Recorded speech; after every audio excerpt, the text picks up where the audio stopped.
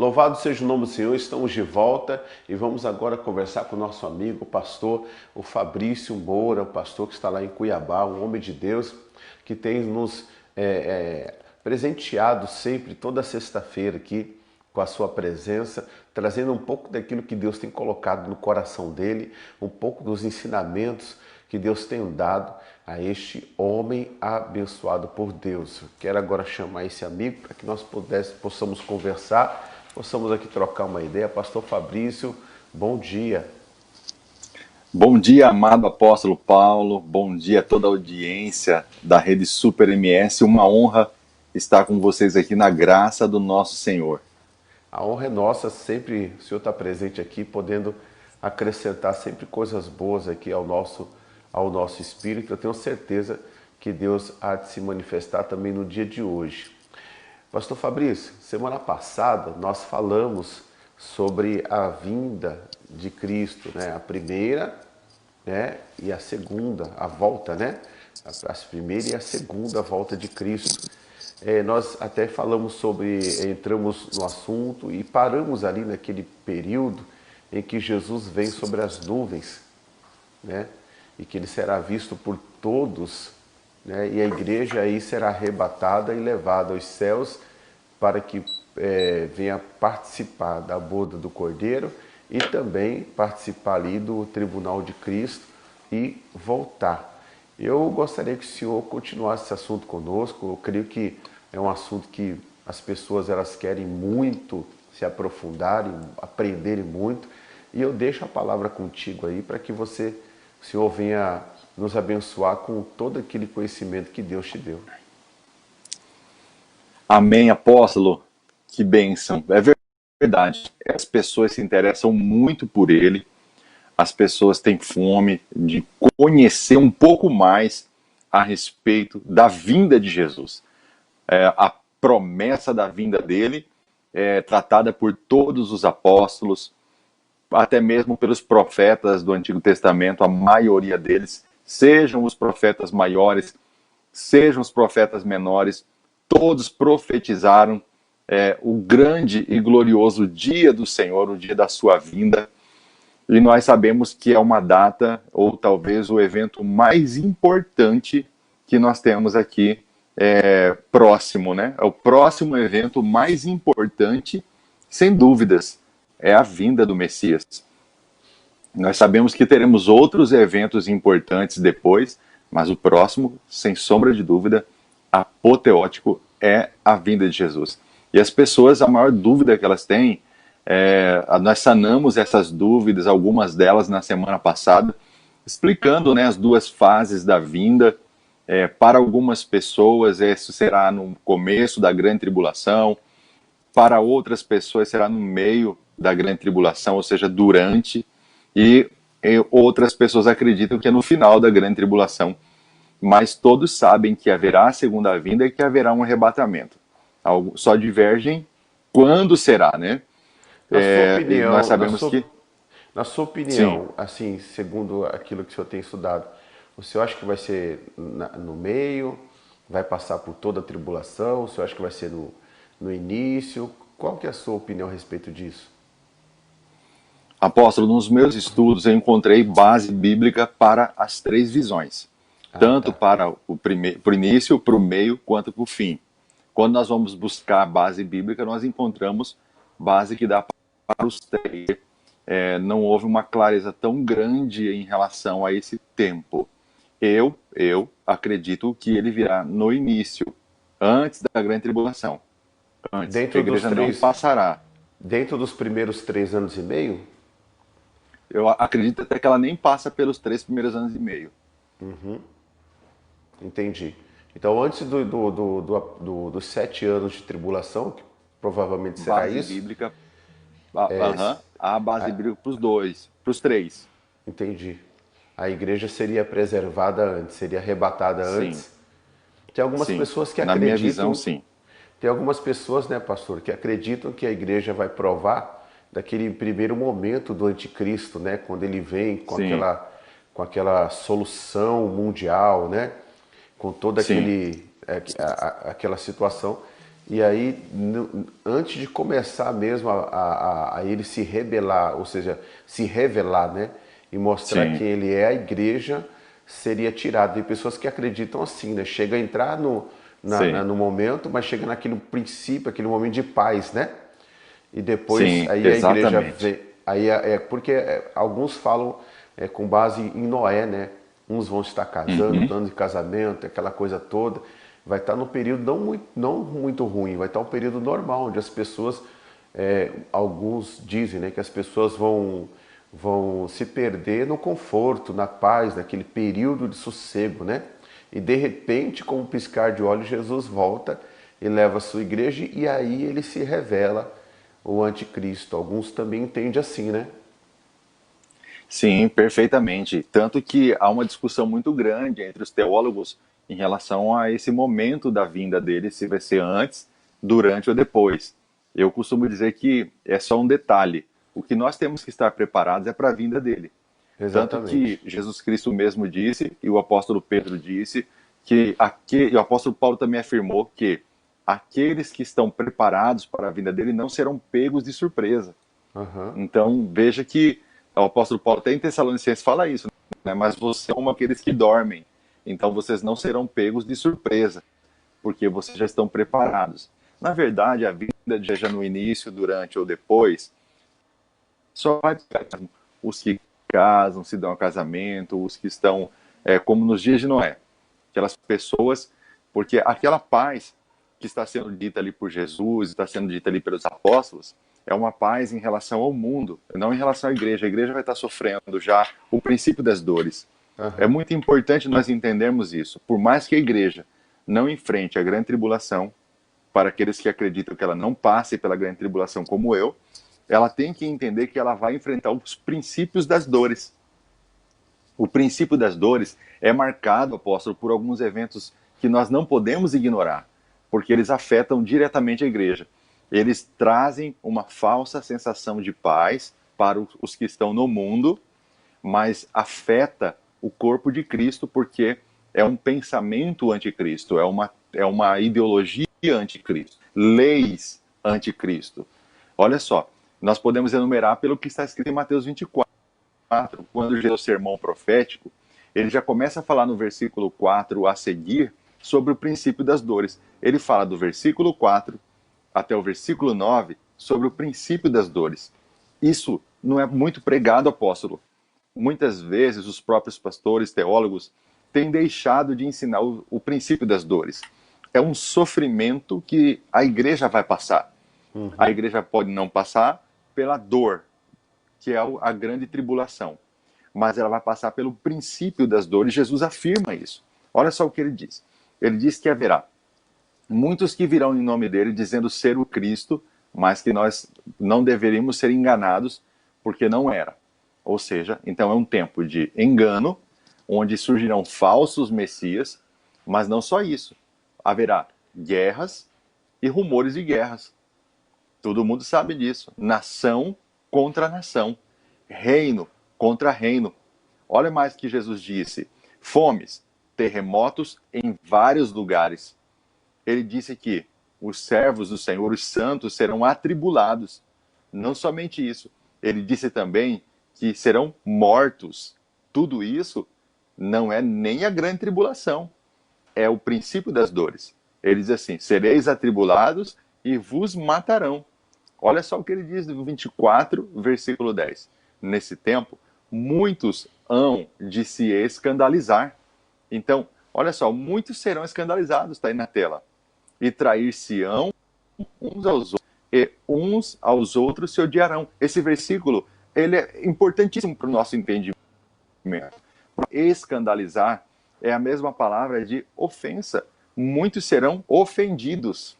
E o que vai acontecer com essas pessoas? Haverá uma traição por causa da ofensa e haverá ódio. E ele está dizendo isso, que essa traição, esse escândalo vai acontecer dentro do povo de Deus, dentro daquilo que então seria conhecido por eles, da igreja primitiva, como igreja, e que por nós é bem entendido. Então, a palavra escandalizar vem da palavra ofensa. Muitos ficarão ofendidos e por causa disso vão trair ou seja, pela traição vai surgir, e eles vão se odiar. Então, ódio no meio do corpo, ódio no meio do povo de Deus. Assim, ó, por se multiplicar a iniquidade. Olha só, a multiplicação da iniquidade. O amor de muitos se esfriará. Em outras versões está assim, o amor de quase todos se esfriará. Agora, de quem é esse amor que vai se esfriar? Daqueles que estão deixando a iniquidade multiplicar. Agora, ele não está falando do mundo ali. Ele está se referindo não somente ao mundo. Isso vai acontecer no mundo, isso sempre aconteceu no mundo. Mas ele está falando sobre o povo santo, o povo de Deus. Ele está avisando para eles o que eles vão sofrer no princípio das dores. E ele está dizendo que não é o fim ainda. E ele é bem claro que não é o fim do tempo. E essa palavra fim é um termo no grego que significa assim, ó, o fim de um tempo marcado, de um tempo estipulado, de um tempo pré-determinado, ou seja, o fim dos 6.000 anos. E ele diz assim, ainda não é o fim dos 6.000 anos. Entendi.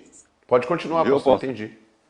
Aí ele diz assim, ó, que o amor de quase todos vai se esfriar e tudo isso a igreja está enfrentando. Aí ele diz assim, ó, aqui, ó como que é, apóstolo, que é a igreja. Olha só o que ele diz, aquele que perseverar até o fim será salvo. Então ele está dizendo, para aquele que perseverar até o fim será salvo.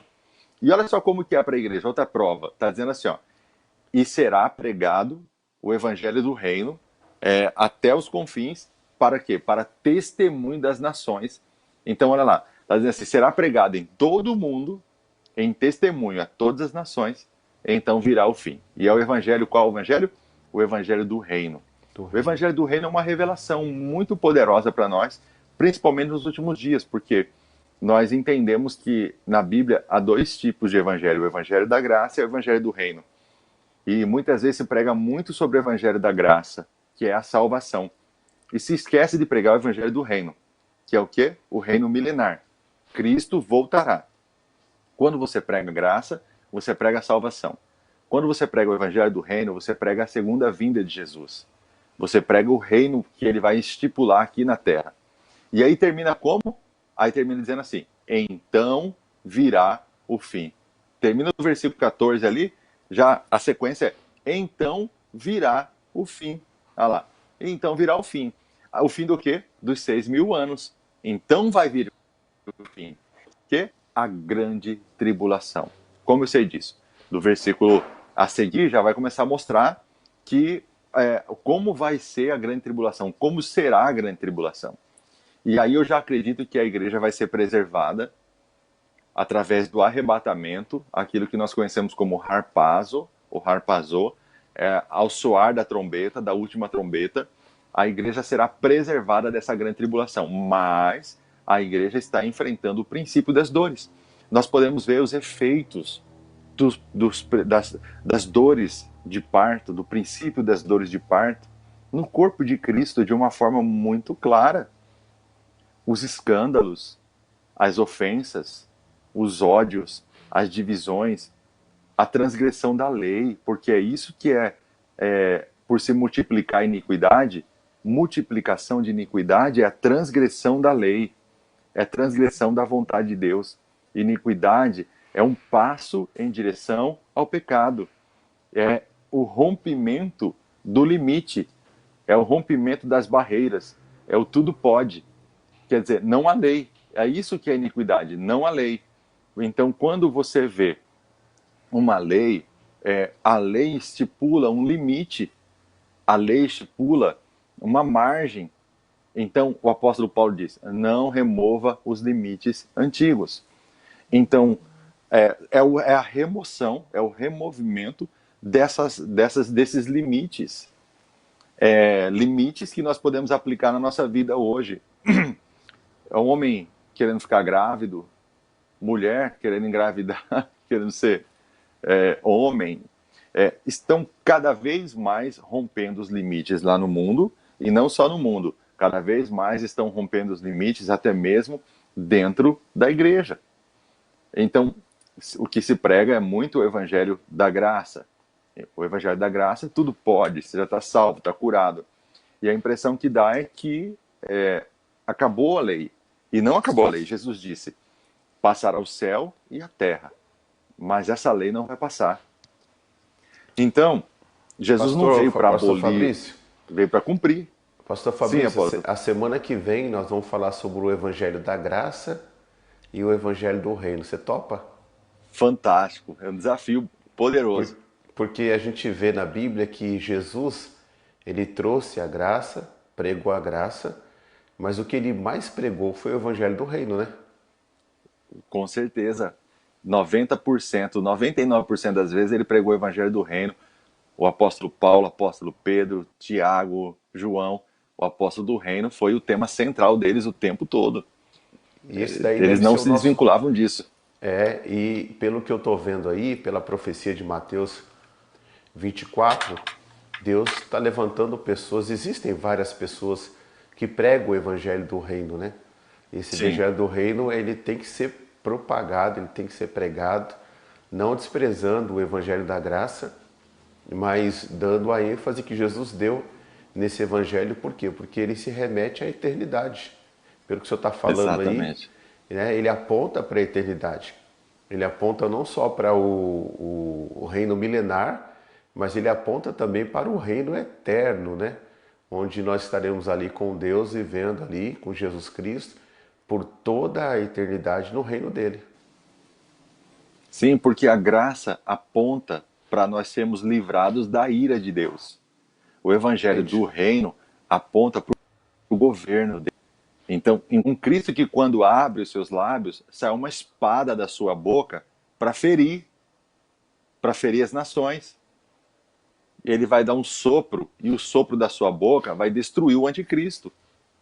É um Cristo que vai colocar todos os seus inimigos debaixo dos seus pés, por estrado dos seus pés.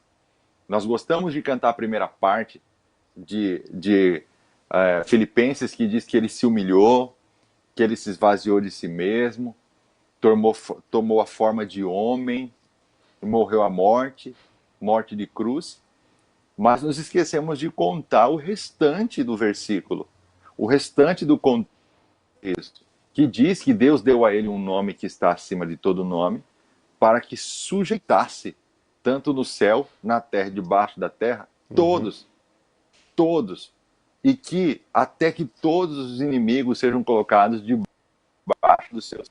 É um ato de guerra, é um ato de batalha, é um ato de imposição. Então, o Cristo que muitas vezes nós anunciamos, na tentativa de ganhar almas, nós não passamos a totalidade do Cristo que vai reinar com cetro de ferro. A palavra cetro de ferro é uma expressão usada para dizer que ele vai reinar, ele vai governar com mão forte, com dureza, com firmeza. Será executado justiça e juízo. A base do seu trono será justiça, paz e alegria no espírito. Para que haja essa paz, primeiramente haverá o quê? Uma guerra. Ele vai citar o seu exército, transformando o corpo do seu exército, dando ao seu exército um corpo glorificado, ou seja, indestrutível, de tal maneira que, quando o seu exército tiver que guerrear, não vai morrer, porque esse corpo terá uma estrutura indestrutível, pronto para aguentar a batalha, pronto para aguentar a guerra e também para durar a eternidade. Então não é à toa que Cristo preparou todo o cenário futuro, preparou até o corpo que a gente vai usar, um corpo preparado para a batalha, um corpo preparado para a guerra. Porque é um tempo, principalmente quando chegar a grande tribulação, porque os princípios das dores é como a dor de parto. A mulher começa a ter aquela dor antes do bebê nascer, e a gente sabe que na hora que o bebê estiver nascendo, a dor intensifica. Então, quando o bebê está nascendo, significa a grande tribulação. Mas as dores, as contrações iniciais, é o que a igreja vai viver, é o princípio das dores. E nessas dores, tanto na dor do parto, quanto no princípio das dores, nós vamos ter muito ódio dentro do planeta. Nós vamos ter muitas divisões. Nós vamos ter assassinatos. Nós vamos ter o rompimento dos limites. Um passo em direção ao pecado. Cada vez está sendo dado, cada vez mais o mundo está brincando com isso. Ele dá o primeiro passo e diz assim, viu? Não morremos. Vamos dar o segundo. Aí ele dá o segundo passo. Começa um beijo gay na televisão. Depois eles dão o segundo passo na praça. Aí depois eles dão o segundo passo já nos ambientes familiares. No E carnaval. Sim, começa no carnaval. Eles vão rompendo os limites. Isso é multiplicar iniquidade. É quando o mundo diz assim, tá vendo? Olha, nós pegamos o fruto do mal e não morremos. Então vamos avançar um pouco mais. Vamos quebrar um pouco mais esses limites. Então vamos contra tudo que se chama o nome de Deus. E aí por isso que no multiplicar da iniquidade, nessa falsa liberdade, porque essa é a falsa liberdade, é substituir a graça de Deus pela libertinagem. Então, quer dizer, a graça te liberta para você decidir viver o reino, enquanto a libertinagem te liberta para você viver o pecado. O mundo rejeita a graça, por isso não pode viver o reino. Por isso eles serão lançados nas trevas exteriores. Enquanto a igreja que vive a graça é convidada para as bodas do Cordeiro, e todos aqueles que forem para as bodas do Cordeiro irão casar com Cristo, a noiva se casará com Cristo, e depois desse casamento eles estarão aptos a governar com Cristo, ou seja, a viver o reino. Enquanto o processo é muito semelhante com o mundo. Eles são convidados a viver essa libertinagem, ok? Essa quebra dessa lei, esse rompimento de limites, para que eles avancem em direção ao pecado, se casem com a grande Babilônia, e depois que eles se casam com a grande Babilônia, o que vai restar para eles é um império das trevas. Enquanto a igreja está se casando com Cristo e está vivendo o reino de Cristo, o reino de Deus, o mundo vai estar se casando com a grande Babilônia e vai viver o império das trevas. E o que há no império das trevas? Choro e ranger de dentes, sofrimento e aflições. É isso aí. É isso aí. Pastor, quais são as profecias que serão cumpridas? Apóstolo, além dessas profecias que eu já disse, que virão falsos profetas, haverá escândalos, muitos vão trair, vão odiar, haverá divisões, o amor de quase todos vai se esfriar. Além dessas guerras, rumores de guerras, que está no princípio das dores, vai se cumprir também as profecias da grande tribulação, que vai aumentar cada vez mais essa situação de iniquidade, né? E aí, com a segunda vinda de Cristo, quais são as profecias principais que vão se cumprir? A ressurreição dos mortos. A ressurreição dos mortos. Então, a ressurreição é um tema muito importante na Bíblia. Volta e meia eu faço velório. Eu vou ao velório, oro, ministro uma palavra. Quando eu ministro a palavra da ressurreição dos mortos num velório, eu posso olhar no rosto das pessoas que estão naquele velório, com os olhos abertos, olhando para mim, com aquela cara assim, o que você está pregando? Eu nunca ouvi falar disso. Agora, como pode um dos temas mais importantes da Bíblia, os cristãos não sabem. A maioria dos cristãos não sabem que haverá a ressurreição dos mortos, que haverá a glorificação do corpo. A maioria dos cristãos nem imaginam que nós seremos fisicamente, não só na alma, não só no espírito, mas também no corpo. Eles nem imaginam. Muita gente pensa que a gente vai morrer, vai para o céu e vai morar eternamente no céu. Não é isso que a gente aprendeu? Na catequese, muitas vezes na escola bíblica, que a gente vai morar eternamente no céu. Qual que é a imagem que vem na nossa cabeça? A gente todo vestido de branco, andando sobre as nuvens, em grupo, tudo caladinho, parecendo aquela novela, A Viagem. Por quê? Voando. Fomos catequizados pela novela da Globo, que tem uma visão espírita e que passa essa ideia, que lá no céu a gente vai viver ali naquelas nuvens voando, parecendo os ursinhos carinhosos lá, os ursinhos que andavam nas nuvens. Os Teletubbies. Algumas até passam o jardim, né, apóstolo? Tem um jardinzinho ali para a criançada brincar. Então, o que nós temos que entender é que o céu é um período que nós chamamos de intermediário. É um tempo de espera para a segunda vinda. Quando Cristo voltar, ele vai ressuscitar os salvos. Ele irá ressuscitar os santos. Para quê? Para que possamos voltar para a terra.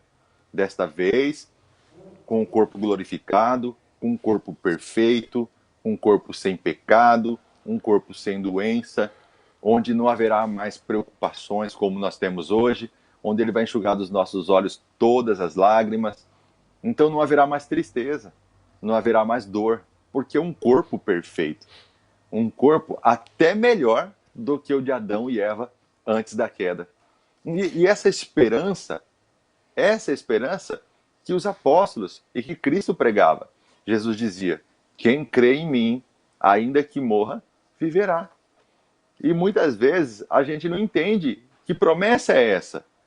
A própria Marta e Maria, quando foram ao encontro de Jesus, quando Lázaro havia morrido, Jesus disse isso a elas e elas disseram assim, sim, nós cremos que haverá ressurreição no último dia.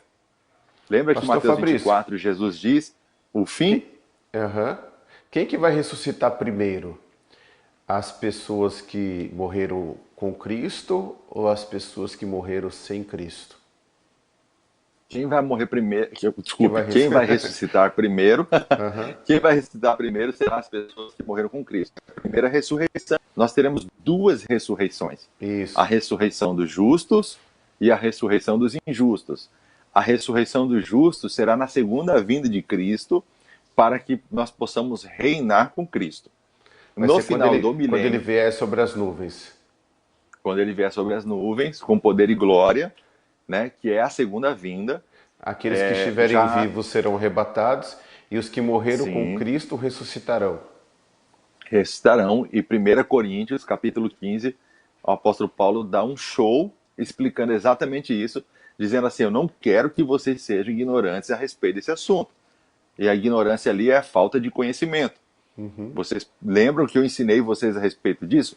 1 Tessalonicenses capítulo 4 também fala sobre isso. Ele fala, ó, não sejais ignorantes a respeito dos que dormem.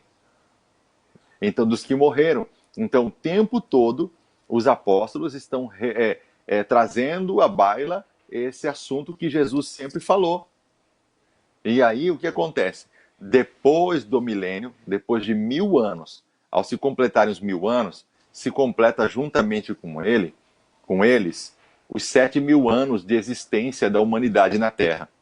Não significa que o planeta tenha 7000 anos. O planeta tem muito mais de 7000 anos. Mas desde Adão até a segunda vinda, até o final do milênio, serão 7000 anos completos. Sendo que no final dos 6000 anos, Jesus começa a reinar, e ele reina por 1000 anos, completa-se então 7000 anos, e aí então Jesus vai fazer a ressurreição, que é a ressurreição dos ímpios. Para quê? A finalidade da ressurreição dos ímpios é levá-los até o juízo final. Pela contagem nós estamos dentro do sexto pela milênio? Contagem, nós estamos no final do sexto milênio, ou seja, nós estamos já no princípio das dores, até pelos sinais que eu disse aqui, que concordam com a nossa realidade, né? Nós já estamos no princípio das dores, já estamos no final do sexto dia, já estamos perto do parto. Então, o que vai acontecer é, se a grande tribulação marca o fim dessa era de 6000 anos, a segunda vinda de Cristo marca o início do sétimo milênio, do milênio. Então, a grande tribulação acontece ali no fim, já na transição do sexto para o sétimo. Bom, nós temos já Jesus, qual que é a data que marca? A data que marca é a morte do Messias. Não é o nascimento dele, é a morte dele. Ok? Então, Jesus morreu Ele foi crucificado mais ou menos 33,5 depois de Cristo, né? Depois do primeiro ano que foi marcado. 33 anos e meio ele tinha, né? Aí a gente acrescenta mais uns 2 anos aí, que é o ano zero, que termina, porque começa de primeiro ano depois de Cristo, né? Só que tem o ano zero. E aí, então, a gente acrescenta mais uns 2 anos aí pro ano zero. Sim. E depois nós temos também um erro de cálculo, que nós vamos acrescentar pelo menos mais 5 anos. Um erro de cálculo aí, dizendo assim que Cristo nasceu o primeiro ano depois de Cristo, está contado errado. Entendi. Contaram 5 anos depois. Então, vamos acrescentar aí, de erro de cálculo, 7 anos. Ok? 7 anos. Então, se Jesus foi crucificado em 33 depois de Cristo, se a gente acrescentar mais 7 anos, dá o quê? 40 anos. Ok? 40 anos. Então, em 40 anos, significa que, na média de 2.000 anos depois, dá 2040. Correto? Correto. 2.000 anos depois, dá 2040. Então, vamos supor que Jesus volte antes, 7 anos antes. Então, se é 2040 a segunda vinda, o arrebatamento pode acontecer 7 anos antes. Que são 7 anos de tribulação, né? 7 anos de tribulação. Se a gente contar que Jesus volta para arrebatar a igreja 7 anos antes, então ele volta quando? Agora. 2033. 33. Vamos supor que eu esteja errado em alguns anos aí, uma margem de erro de 1 para 2. Pode ser que ele volte 31, pode ser que ele volte 35. Nós estamos em 2020. Daqui a 2035 nós temos quantos anos? 15 anos. 15 anos. Aí a pessoa fala assim, mas pastor, o dia e a hora ninguém sabe. Exato. Mas os sinais O mostram. dia e a hora. O dia e a hora. Eu não sei se ele volta meio-dia do dia 31 de dezembro. O período Mas eu posso dizer que ele demonstrado. pode voltar no mês de março. Eu posso dizer que ele volta no ano de tal. É verdade. E detalhe, Rapaz. aí ele diz assim, ó, nem o filho sabe, só o pai. Não sabia, porque ele estava aqui na Terra. Quando ele subiu, é lógico que ele já sabia. É lógico que ele passou a saber. Então, mas de qualquer maneira, é dia e hora que a gente não sabe. Mas os tempos, Jesus falou assim, ó, vocês sabem quando vai chover. Vocês sabem quando vai chover. Então por que vocês não podem saber quando eu vou voltar? Vocês não precisam saber o dia e a hora. Isso é mas profundo. o tempo Eu já tinha visto também alguma coisa nesse sentido, assim, sabe, dos sinais da vinda, dos acontecimentos.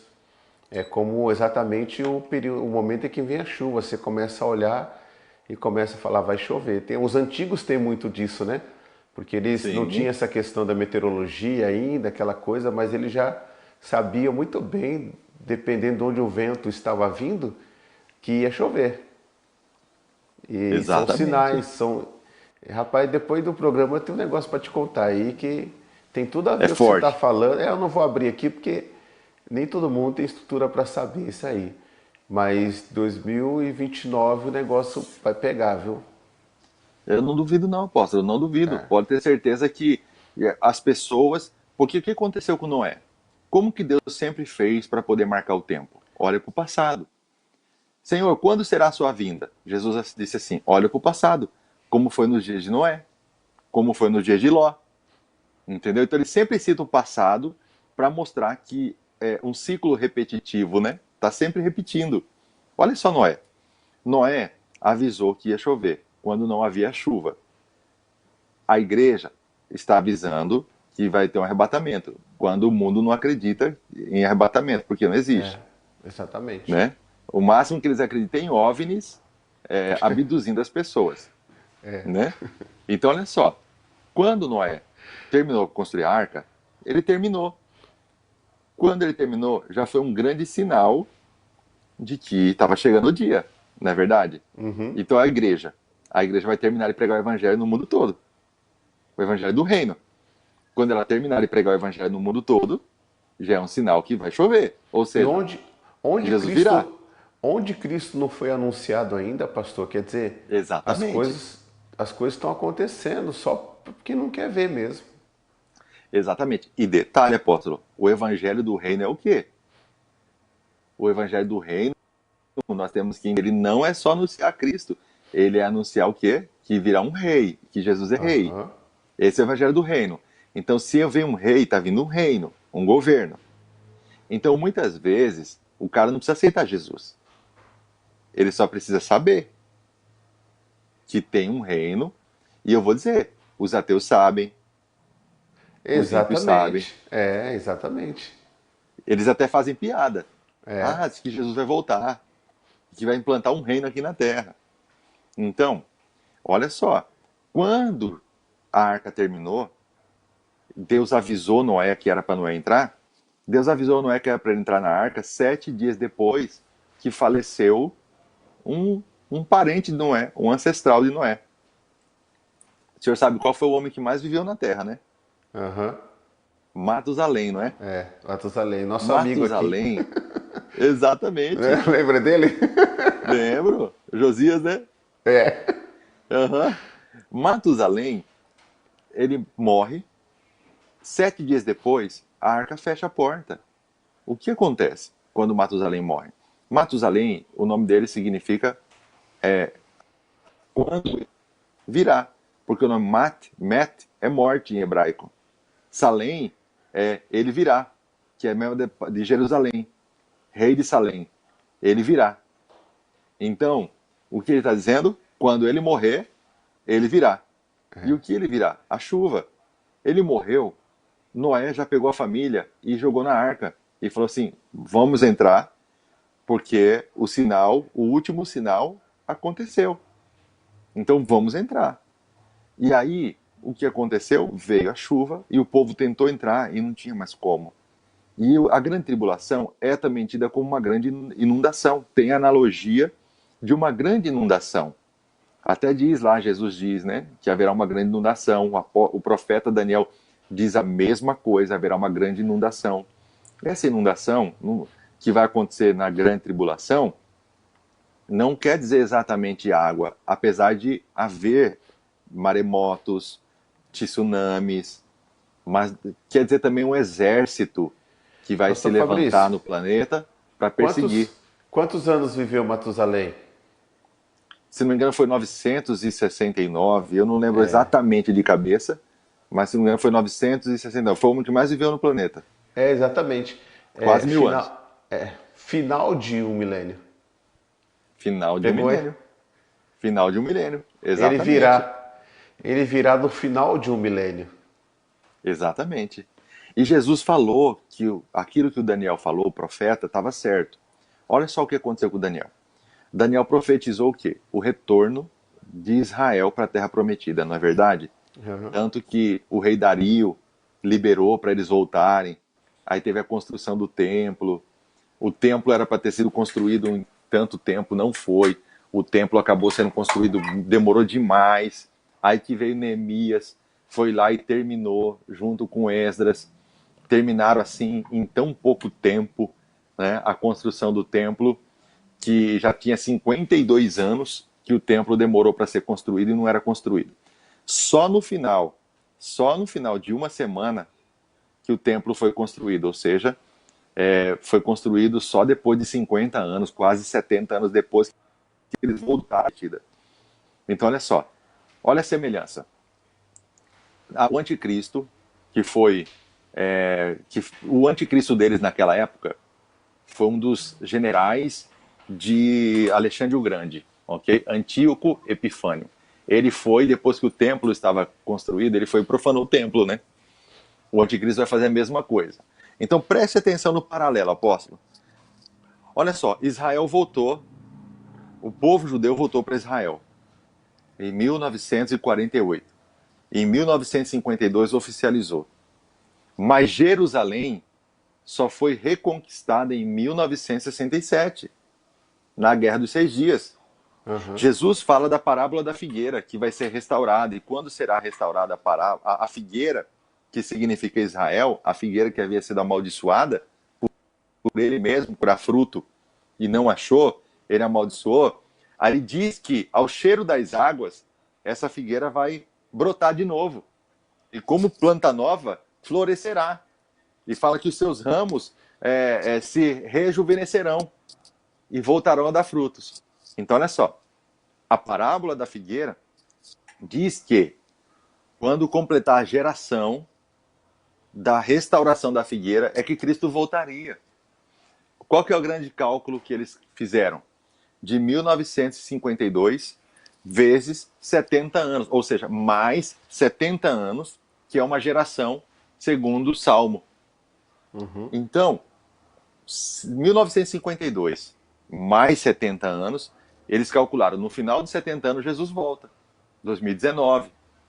Outros calcularam que daria em 2018. Não é verdade? Entendi. E Jesus não voltou. Por que, apóstolo, Jesus não voltou? Porque o cálculo deles estava contando quando eles retornaram para Israel.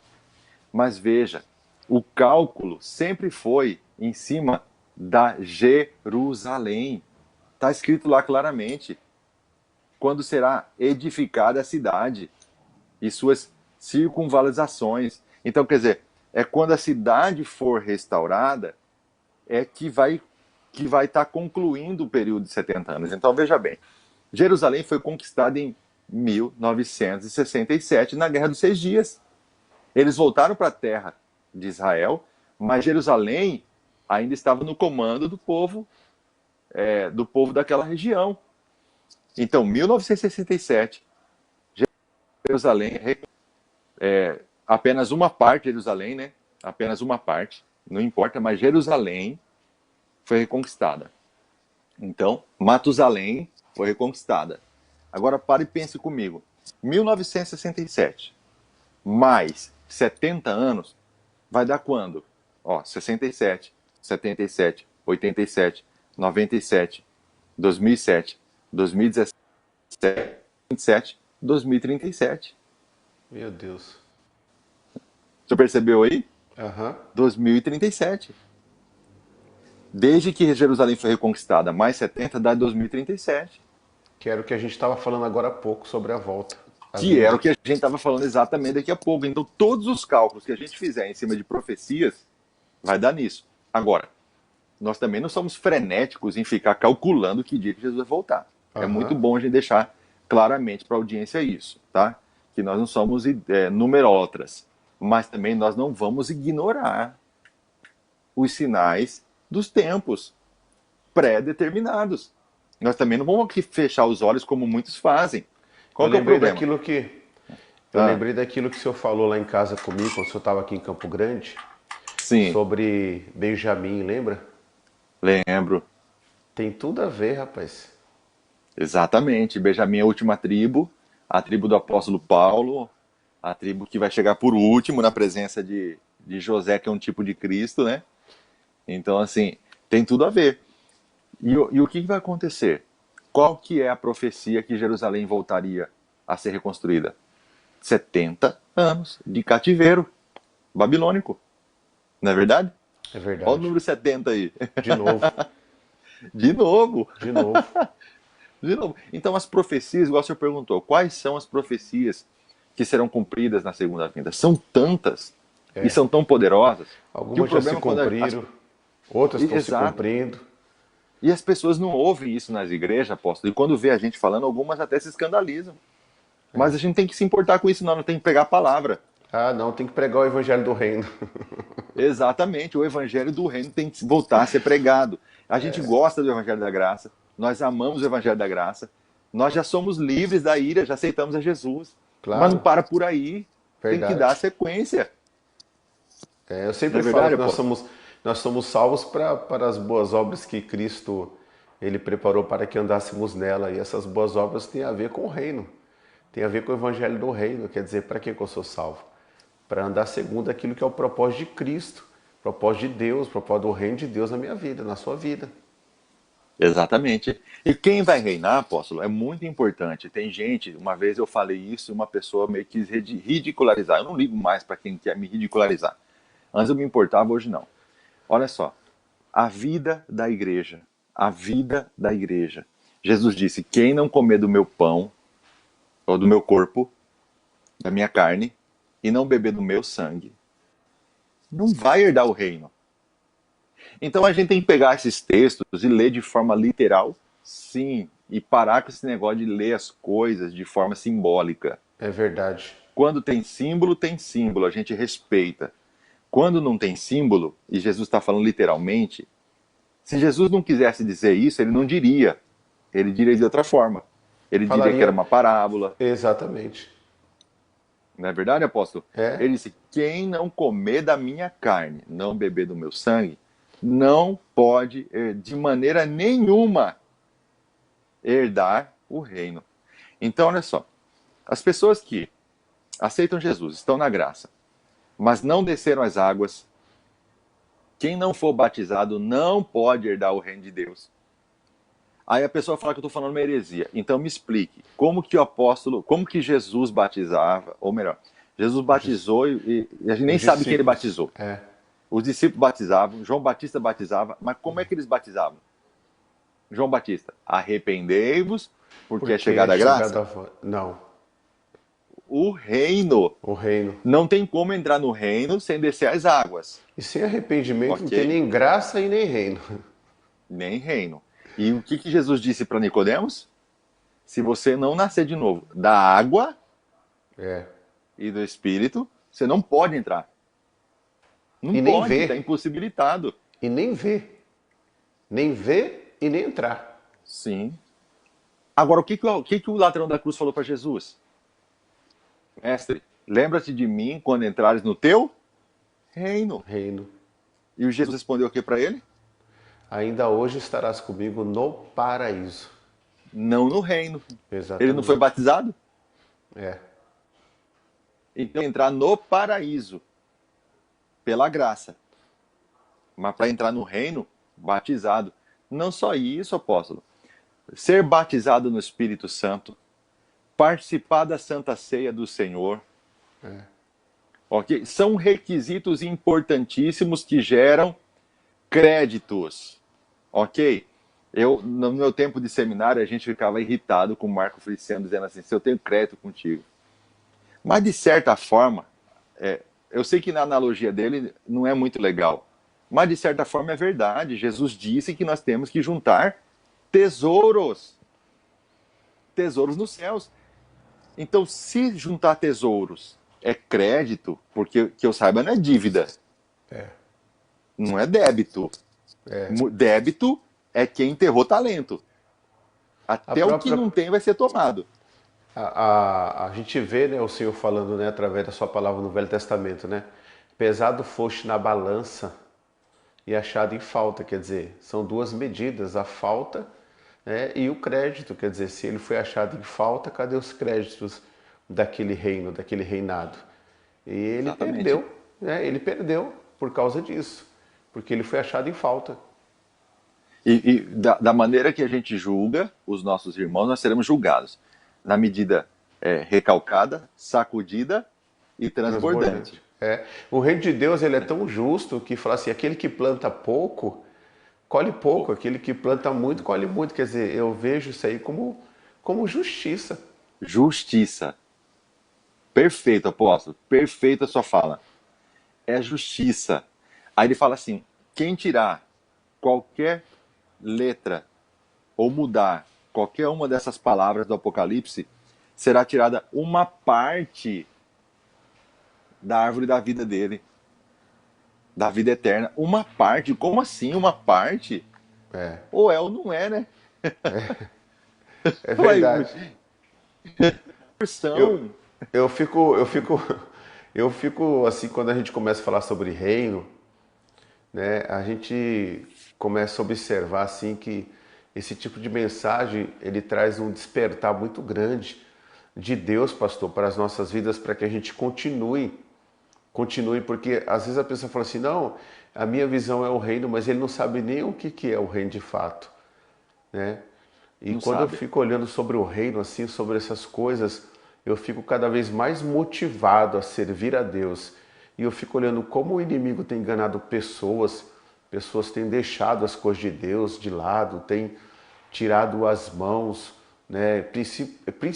Simplesmente assim, desistido, abandonado. Não quando Deus está guiando a pessoa para um propósito, ou levando aqui, né, dirigindo a pessoa, Mas quando ela simplesmente abandona, larga tudo, se torna uma pessoa que tem a seguinte fala dentro das congregações: eu não vou fazer mais nada nesse lugar, eu não vou fazer mais nada, eu não vou fazer mais nada, eu só vou ouvir a palavra e vou para casa.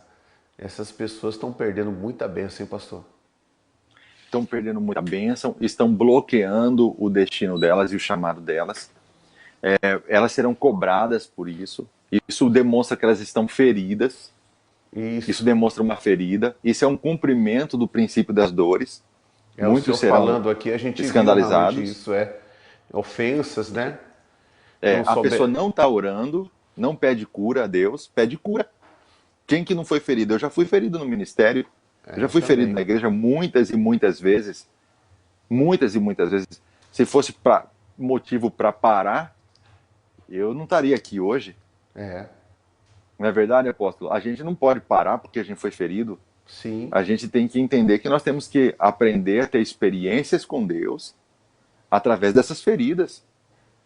Um dia eu estava Mas, ouvindo o pastor Luciano Subirá pregando e ele falou que um homem de Deus, ele não pode parar por causa das suas batalhas, por causa das suas lutas.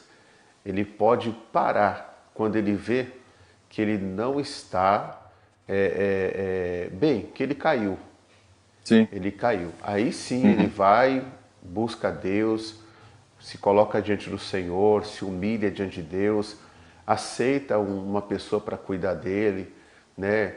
E vai lutando para voltar a se colocar novamente na presença de Deus como ele era antes. Mas a questão de batalha, de luta, não, a gente tem que enfrentar. Por isso que o Senhor, se eu não me engano, acho que foi num dos nossos programas, ou foi em particular a gente conversando, o Senhor comentou comigo que em Cristo nós somos mais que vencedor, mas em Apocalipse capítulo 21, versículo 7, se eu não me engano, diz assim, ó, ao que vencer herdará todas essas coisas. Né? Então, quer dizer, existem muitas coisas que como homem de Deus, como pessoas cristãs que somos, nós temos que vencer. Nós temos que suportar uns aos outros, temos que dar suporte uns para os outros, né?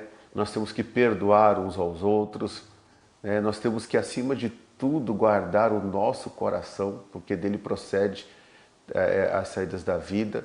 Então, são coisas que nós devemos cuidar muito, porque se nós não cuidarmos, pastor, nós entraremos nessa estatística daquele que esfriou, daquele que abandonou, daquele que largou. E essas pessoas, infelizmente, elas sempre procuram alguém que concordam com elas, e elas devem de procurar a cura. E a cura está em Cristo, a cura está em Jesus Cristo, porque Deus, Ele ama essas pessoas, e Deus, Ele quer restaurar essa comunhão. Deus, Ele quer essa pessoa de volta na obra dEle, na presença dEle, fazendo aquilo que essa pessoa fazia, ou até melhor do que ela fazia. E nós precisamos orar por essas pessoas, né? Precisamos buscar a Deus também por essas pessoas. Nós, como igreja, quando formos orar, vamos orar por essas vidas, vamos orar por essas pessoas que elas estão agindo dessa maneira porque elas não estão entendendo o que é o reino, né? E quando alguém fala, talvez elas não estão querendo até mesmo aceitar, né, aquela palavra que vem como cura para elas, porque elas não reconhecem ainda a sua doença, né? A pessoa, quando ela não reconhece os seus pecados, ela não se arrepende, ela não é perdoada. Quando a pessoa ela não reconhece a sua doença na alma, ela não aceita também o remédio, você colocar o remédio nela. Mas vamos orar por essas pessoas, pastor, para que Deus possa restaurar esse exército que está por aí abatido, hein? Sim, porque uma das marcas do princípio das dores e até da grande tribulação, tanto de um quanto de outro, é a apostasia. A apostasia é o distanciamento, é o afastamento. Meu Deus. Os desigrejados, as pessoas que estão distantes de Cristo, aquelas que se afastaram. O apóstolo Paulo fala em 1 Timóteo, capítulo 4, versículo 1, que nos últimos dias o Espírito Santo expressa e afirma expressamente que os últimos tempos alguns se apostatarão da fé, ou seja, se afastarão da fé. Por quê? Por obedecerem a espíritos enganadores e a obedecer ensinos de demônios. Ou seja, está dizendo que há pessoas que obedecer espíritos enganadores e ensinos de demônios. Ensinam? Sim, demônios ensinam. Como? Através de pessoas. Há pessoas que são ensinadas não através de espíritos, orientação de espíritos demoníacos. Eles recebem orientação, a visitação de espíritos demoníacos, trazendo coisas ocultas, fazendo com que essas pessoas se desviem, apostatem da fé, afastando do reino. Tanto que, segundo Tessalonicenses, no capítulo 2, já no primeiro versículo, fala exatamente isso. Que o quê? Que o homem da iniquidade, ele virá com todo engano de mentira. Né? E que o que ele está dizendo é que de nenhum modo, vocês sejam enganados. De nenhum modo. Por quê? Porque é um tempo de apostasia. Tomem cuidado com os últimos tempos. Será um tempo de apostasia. Aí Hebreus vai tratar isso.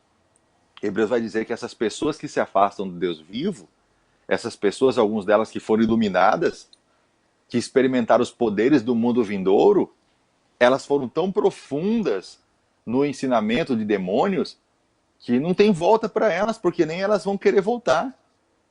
E há aqueles também que eles vão se apostatar da fé por incredulidade, como diz Hebreus 3,12, que diz que jamais aconteça em qualquer um de vós são perversos,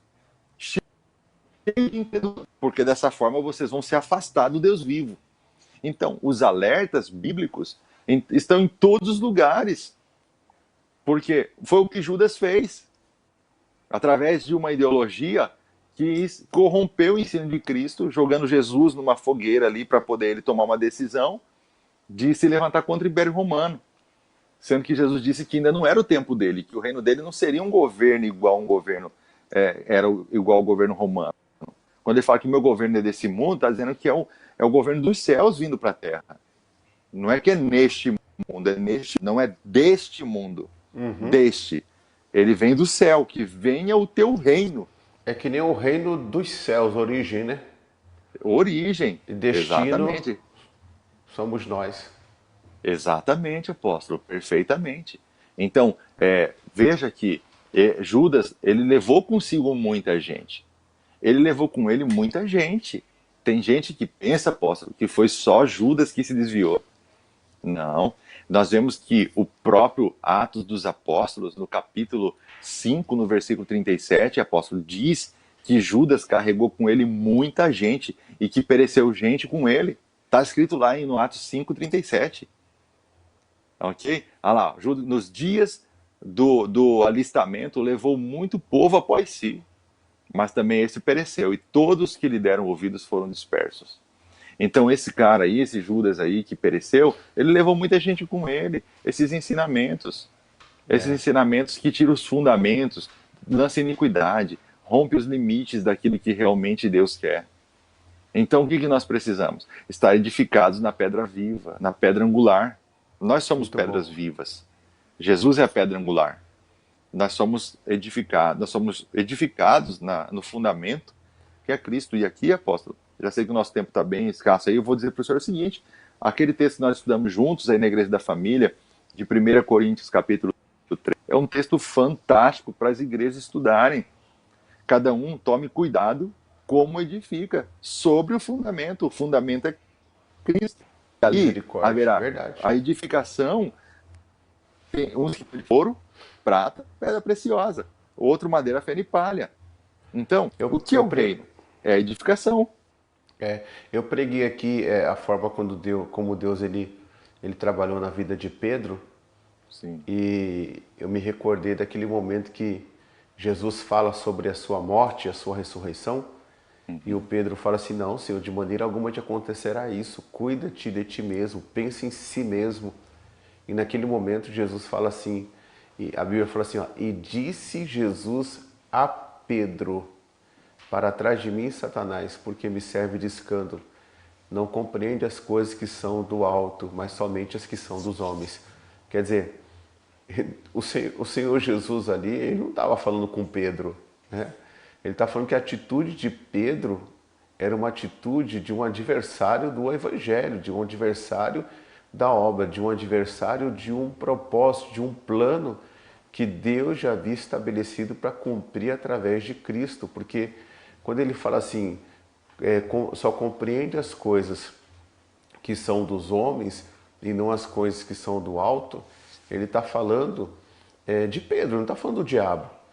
Porque o diabo ele compreende, ele sabe as coisas materiais e sabe também as coisas espirituais, ele é espírito, né? Então naquele momento ele estava falando sobre o adversário. Aí eu tava meditando nisso aí, pastor, e a gente vê muita gente hoje tentando querer dar pitaco, opinião na obra de Deus, mas são tudo opiniões relacionadas a coisas que são vinda de homens, vinda da carne, vinda do natural, vinda do ser humano, né? E a pessoa não vem com uma palavra revelada, com uma palavra de Deus, com uma palavra rema, sabe, com uma palavra do Espírito de Deus. E aí essas pessoas elas começam até, coitados, contaminarem umas às outras, sempre naquela visão carnal, aquela visão de se vitimizar, aquela coisa toda. Mas está escrito, né? O senhor acabou de falar aí nessa programação que isso iria acontecer. A gente tem que preservar o nosso coração, preservar a gente, para que nós não venhamos estar na igreja ser um adversário da obra, né, pastor? Porque a gente vê isso na Bíblia, né? Coré sendo adversário de Moisés, né? A gente vê as pessoas falando, a própria Miriam, né, se posicionando ali, falando contra a mulher de Moisés, porque ela era etíope. A gente vê essas coisas naturais e carnais entrando e tentando atrapalhar. E as pessoas que participam de qualquer igreja, essas pessoas elas devem estarem com o seu coração em Deus, seu coração na palavra e serem espirituais. Porque senão, se tiverem o mesmo pensamento que aquele, vai fazer igual aconteceu com Judas aí. Um vai e leva uma leva e fica ali padecendo, sofrendo, né? Caídos, e Deus não tinha esse plano para essas pessoas. Sim, apóstolo. E o esfriamento do amor, que está profetizado no Reforça princípio aí. das dores, ele gera um descontentamento. E tudo aquilo que a gente é descontente, a gente quer afastar da nossa vida. A gente quer matar. A gente quer tirar, porque o ser humano ele busca prazer, ele se afasta da dor. E se a igreja é um lugar onde ela já não está contente, ela já não vê mais o lugar como um lugar de prazer, de amor, um lugar que ela chora, que ela se diverte, que ela é feliz ali, ela vai buscar então o afastamento, o distanciamento. Algumas pessoas, antes de buscar esse distanciamento, vai buscar a morte daquele lugar. Então ela vai viver debaixo de crítica. Essa crítica vai se tornando, esse descontentamento vai se tornando uma raiz de amargura. E a raiz da amargura, ela brota, porque ela é uma semente, se torna uma raiz, ela brota. Sabe aquela imagem da raiz assim, contaminando o coração? Engraçado que o próprio membro, o órgão, o coração, ele tem como se fosse um símbolo de uma raiz em cima dele, assim, né? São as veias, né? Então, ela contamina, aquela raiz contamina todo o corpo, todo o coração da pessoa, e essa pessoa vai contaminar todo o corpo com esse descontentamento, esse amor frio. Então, a partir daquele momento, ela se torna inimiga da obra de Deus. Ela se levanta contra a obra de Deus.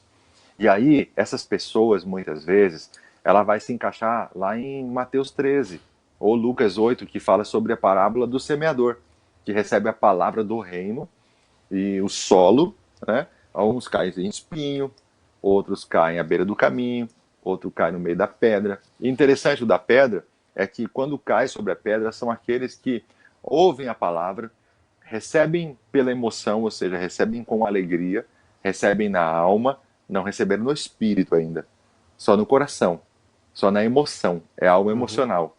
Então, elas não têm raiz, elas creem só por algum tempo, é o que Jesus diz lá, elas creem por pouco tempo, por algum tempo elas acreditam, mas na hora da provação, elas se desviam, ou seja, desviar é apostatar.